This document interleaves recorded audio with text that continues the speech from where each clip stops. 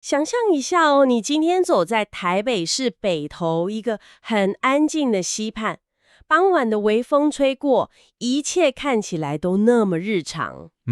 很惬意的感觉。对，但是突然间，一道长达十几公尺的烈焰，伴随着那种浓浓的黑烟跟巨大的轰鸣声，瞬间冲天而起。哇，这听起来很吓人呢。真的非常吓人，这可不是什么好莱坞动作片特效，也不是生存游戏的演习哦，这是真实发生在我们身边，而且距离住宅区近在咫尺的案件。确实。而这把在河堤边点燃的火，最终呢烧出了我们台湾一个非常知名的家庭潜藏了20多年的惊悚危机。今天我们汇整了各家新闻报道、社会学跟犯罪心理学的深入研究，就是要带你进行一次深度的解析。没错，这次我们的任务其实非常核心。我们不只是要回顾这一起震惊全台的新二代自制火枪案，我们更要剥丝抽茧，带你去看看事件背后更深层的病理机制。比如说我们会探讨家庭系统里面的那个共依附关系到底是如何扭曲一个人的心智的，还有当危机发生的时候，外围的公关体系为什么会瞬间瓦解，对，这点超有趣的。以及自媒体的舆论放大效应是如何让情况雪上加霜的。当然啦，我们会尽量保持客观中立，把资料里面的观点完整呈现给你，为大家还原这整个事件的全貌。好，那我们就直接切入核心了。说到这起案件的主角，也就是26岁的孙安佐，也就是资深艺人孙鹏跟迪英的独生子。我想你对这个名字绝对不陌生，应该全台湾都认识了。对啊，因为这根本就不是单一的突发事件嘛。如果你把时间轴摊开来看，你会发现这是一连串可以说是极度失控的轨迹。确实是一条很漫长而且让人蛮触目惊心的轨迹。我们快速回顾一下哦，早在2018年，当时他才18岁，还在美国念高中。没错，在美国宾州读书高中的时候，他就因为扬言要对学校发动恐怖攻击而被逮捕了。当时警方在他寄宿家庭搜出来的东西真的是令人咋舌哎，搜出了什么？包括手枪、十字弓，还有超过1600发的子弹。1600发，这根本是小型军火库了吧？到了2024年5月，他在泰国普吉岛旅游的时候，疑似因为吸食大麻导致精神错乱，竟然半裸闯入当地的民宅。哇，半裸闯进别人家，对，甚至还当众脱裤子，最后惊动了泰国警方，又是由母亲飞过去泰国把他带回来。等一下，这就是我一直最无法理解的地方。你说，一个正常人经历过在美国被关快300天，面临重罪起诉，甚至差点回不了台湾，通常会有很大的创伤，或者是深刻的警惕吧？这是我们一般人的逻辑。对啊。那为什么这6年间这么多次重大的法律跟生命危机，完全没有让他停下脚步？这就像是一个不断发出尖叫声的压力锅，旁边的人非但没有关火，还一直帮他换更大的锅子。这个比喻蛮精准的。其实报告里面从犯罪心理学的角度分析，这是一个非常关键的问题。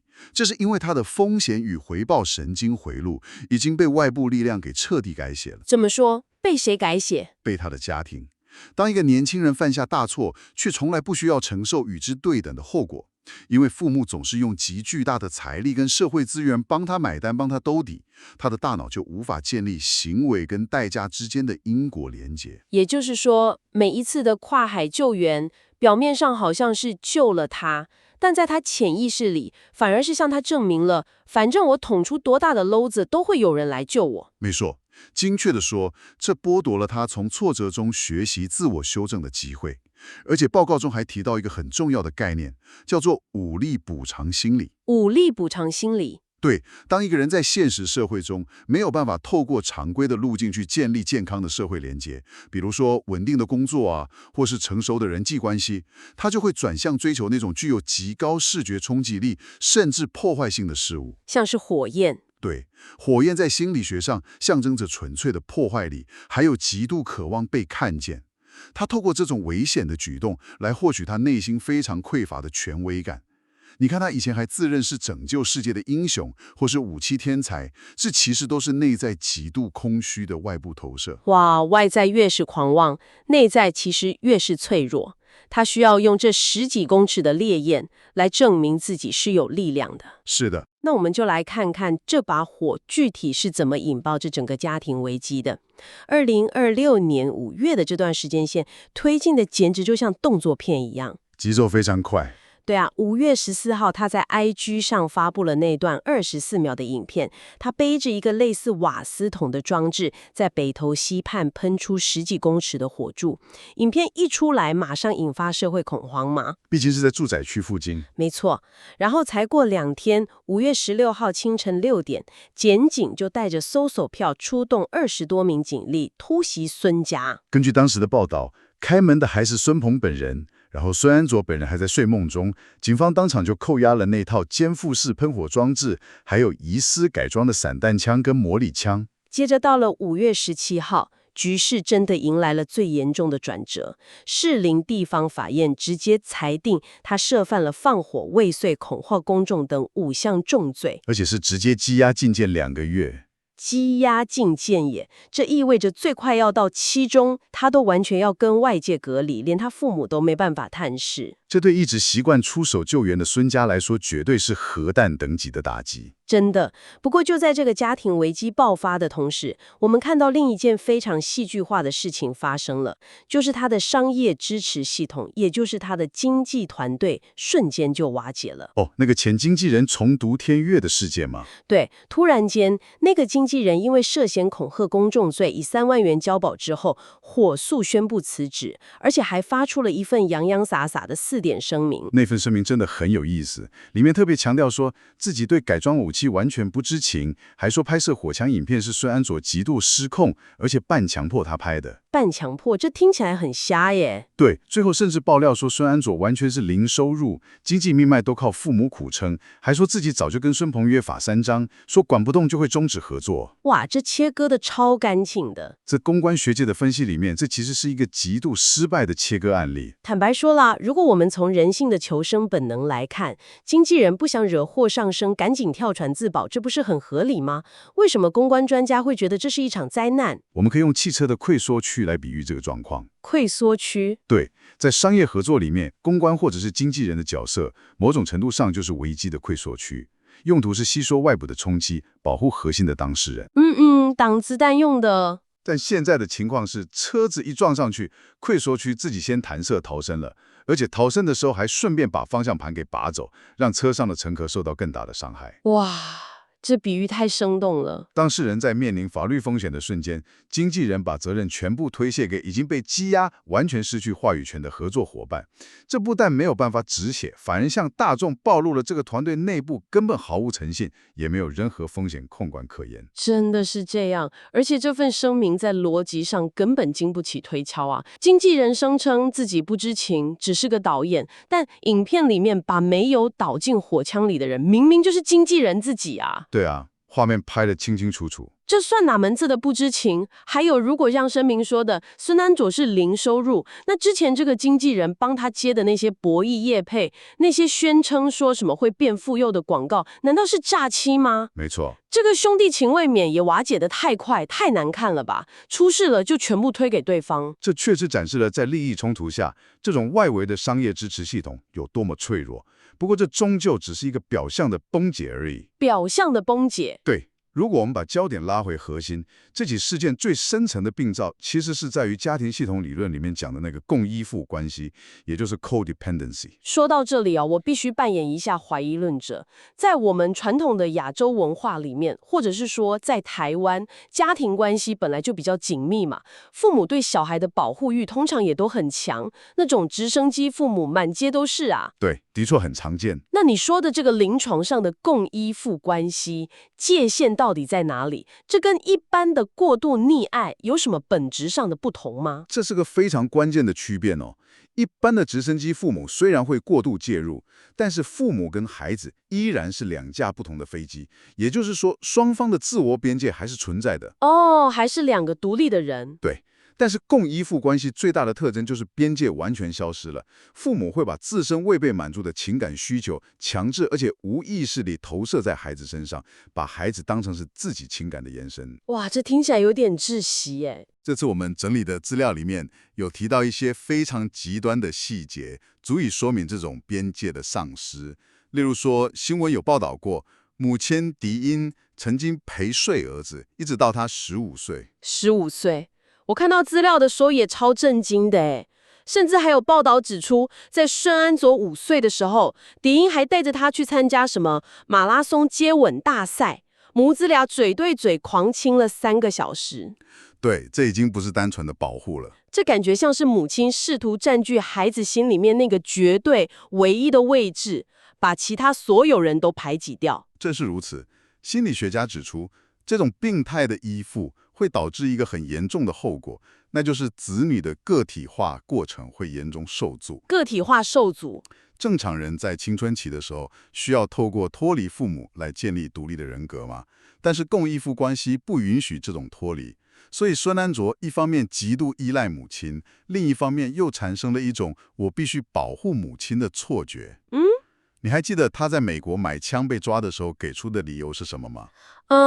我记得好像是说为了保护在台湾的妈。没错，这就是边界模糊最明显的证明。他长不大，没有办法在外界建立成熟稳定的亲密关系，所以他的行为模式就充满了责任规避跟寻求及时满足。天哪！而且当这次火仓危机爆发的时候，母亲的应对方式再一次印证了这种关系的破坏力。你指警方去收手的前一晚，蝶音在 Twitch 直播平台上的那场失控表现吗？对，那段直播，那真的让人看得很傻眼。他一边喝酒一边痛哭，不但没有反省哦，反而还怪罪台湾政府没眼光。对，他一直护航说儿子是个天才。没错，甚至语出惊人的说什么中研院应该要吸收他作为武器专家。结果法官对这句话的犀利反击非常有画面感。法官怎么说？法官直接回复说，矫正署的人才可多了。这句话真的很酸呢。其实在这里我们看到的是媒介社会学里面被称为直播政治学的彻底破产。直播政治学这个概念具体是怎么运作的？为什么说它破产了？所谓的直播政治学就是当事人试图绕过传统媒体的守门人，或者是理性的法律程序，利用去中心化的自媒体，直接向公众倾泻最原始、最强烈的情绪。直接诉求群众就对了。对，狄英试图用一种受害者叙事来对抗司法，也就是说，他认为大家是因为嫉妒他的天才儿子，或者是因为他们是名人，所以才被针对跟攻击。等这招这次没用了吧？完全失效了，因为他完全忽略了行为的客观危险性。当你在住宅区旁边测试火焰喷射器，这就已经构成了实质的公共安全威胁了。真的，这不是开玩笑的。家长用自己的滤镜看孩子，觉得他只是个调皮的爱迪生，但是社会跟法律看到的是一颗随时会引爆的炸弹。这个认知落差太巨大了，难怪会迎来社会舆论的重炮批评。大家都在说，管不好就交给监狱管。是的。不过，我们一直都在谈母亲的强势跟失控，但是在这种极端的家庭动力里面，通常会有一个真空地带吧。父亲的角色呢，在这个家里面，孙鹏是否一直显得很隐形？他难道没有试图踩个刹车吗？孙鹏虽然试图扮演一个理性的家长，但他自身其实也充满了矛盾，没有办法提供一个稳定的权威。怎么说？根据资料显示，他曾经有疑似跟女球友过从甚密的绯闻，而且他过往在国光艺校读书的时候，霸凌同学的历史也被翻出来了。哦，对，那个扒掉同学裤子、拿水管抽打同学的事件嘛。没错，你看，一个自身行为标准都充满争议的父亲，是很难在家庭中建立起有效规范的。难怪双安祖自己曾经在节目上很无奈的诉苦，他说：“有时候我觉得父母比我还像小孩。”他还提到说，因为父母常年互骂的家庭冲突，逼得他只能躲在自己的房间里面。这是很典型的现象。这画面真的太矛盾了。你看，他们表面上是砸重金保护孩子的模范父母，关起门来却是两个没有办法处理自身情绪、互相拉扯的大人。一个强势的母亲，加上一个隐形而且有争议的父亲，这根本是组成了一个完全失序的参照边界啊！你说的很对，这就是共依附家庭最典型的悲剧。我们常说慈母多败儿，但其实这句话忽视了背后那种令人窒息的家庭动力。当家庭的保护伞失去了理性的支撑，变成逃避现实的弯床，最终产生的反作用力是极具毁灭性的。而这个毁灭的最高潮，其实不是孙安佐被上铐的那一刻，而是随后发生在父母身上的崩溃，对吧？没错，这层薄弱的家庭防线终于彻底瓦解了。底英的情绪彻底溃堤了。想象一下那个画面哦，其实蛮令人毛骨悚然的。当天上午，64岁的底英独自一个人从北投的住处走出来，拦了一辆计程车。他上车之后神色异常，整个人处于一种灵魂出窍的状态。他对着司机只说了一句话：“载我去海边。”随后，他就跟外界彻底失联了。当时孙鹏发现妻子不见了，马上联想到他前几天在直播里面讲过一些极端的言论。对，他说什么？如果儿子被抓走，我也不想活了。没错，孙鹏生怕发生无法挽回的悲剧，紧急向北投警方报案协寻。不过幸好，这时候社会的防护网发挥了作用。那位载到底英的计程车司机非常机警。北投警方透过监视器找到车牌，联系上司机之后，司机一边保持冷静开车，一边默默透过手机跟警方连线，回报他们的行踪。这司机真的很聪明诶。对啊，当车子抵达淡水护尾石护观景平台之后，底英下了车，快步走向海边。淡水警方接获通报，赶到沙仑海水浴场的时候，那个画面其实是非常孤寂的。怎么说？底英只身一人，穿着深色的衣服，枯坐在海滩旁边的孤牢石上面，愣愣地望着夕阳。周围还有其他正在看海的游客，大家就目击了警方上前确认身份，然后把他带离的过程。幸好最后没有生命危险，随后就被带回派出所安置了。经历了这场惊魂记之后，孙鹏后来面容憔悴地出面受访。他知道了什么？他宣布了一个很关键的决定。他说，底英未来将不再开直播了。他很无奈地表示，心里有事的话很难好好的表演。他也承诺说，接下来我会陪着他。这对曾经在荧光幕前光鲜亮丽的银色夫妻，为了唯一的爱子善尽千金，甚至还找命理师改名喝符水啊！如今只剩下一头白发，还有无尽的疲惫。如果我们把这一切连接到更大的图像来看，这起事件呢，绝对不只是一则名人的八卦家务事而已。它更像是一堂血淋淋的社会学与心理学。没错，它向我们展示了，当爱缺乏了健康的心理边界，当家庭内部拒绝面对沟通冲突的时候，无论你投入多少金钱与资源去掩盖问题，最终的代价有多么的巨大。真的。在我们今天结束探讨之前，我想请你思考一个问题。我们常常说，父母的爱应该要像一套坚固的外骨骼盔甲，保护孩子免受外界的伤害。但是如果这套外在的盔甲实在太厚重、太完美了，完美到剥夺了孩子内部骨骼生长，还有承受重力的机会呢？当我们拼命想要替我们所爱的人挡下所有的子弹与挫折的时候，会不会刚好也摧毁了他们依靠自己双脚站立的能力？这个爱与控制的界限到底在哪里？这就留给你慢慢思考了。我们下次深度探讨见。